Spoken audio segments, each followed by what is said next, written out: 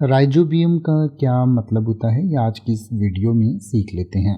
Rhizobium जो है वो एक बेनिफिशियल बैक्टीरिया होता है, यानी कि जो भी फली वाले पौधे होते हैं, यानी कि जैसे मटर है, राजमा है या दालें हैं, तो जो फली वाले पौधे होते हैं उनकी जो जड़ें होती हैं, उन जड़ों में एक बैक्टीरिया पाया जाता है। उस बैक्टीरिया को राइजोबियम कहते हैं और ये बैक्टीरिया जो है वो नाइट्रोजन को फिक्स करने में मदद करता है, जिससे कि प्लांट जो हैं उसको अपने इस्तेमाल में ले सकें। यानी कि आपने सुना भी होगा कि जो फलीदार पौधे हैं वो, या फलीदार पौधों की जो खेती है बीच में की जाती थी 2 फसलों के बीच में, ताकि जो फसल की या मिट्टी की जो उर्वरता है वो बनी रहे और मिट्टी में नाइट्रोजन की कमी पूरी हो जाए।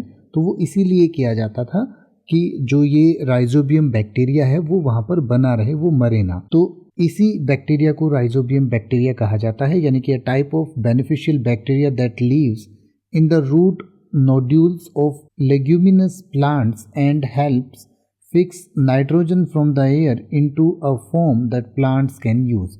यानी कि ये जो बैक्टीरिया है नाइट्रोजन को ऐसी फॉर्म में, ऐसी अवस्था में बदल देता है जिससे कि पौधे उसको यूज कर पाएं। तो इस बैक्टीरिया को राइजोबियम कहा जाता है। तो जैसे कि अगर आप ये कहें कि राइजोबियम बैक्टीरिया मिट्टी में नाइट्रोजन को स्थिर करके पौधों को बढ़ने में मदद करते हैं, तो आप कह सकते हैं rhizobium bacteria help plants grow by fixing nitrogen in the soil. या अगर आप ये कहना चाहें कि किसान फसल उत्पादन बढ़ाने के लिए प्राकृतिक रूप से राइजोबियम इनोकुलेंट का उपयोग करते हैं, तो आप कह सकते हैं farmers use rhizobium inoculants to improve crop yield naturally.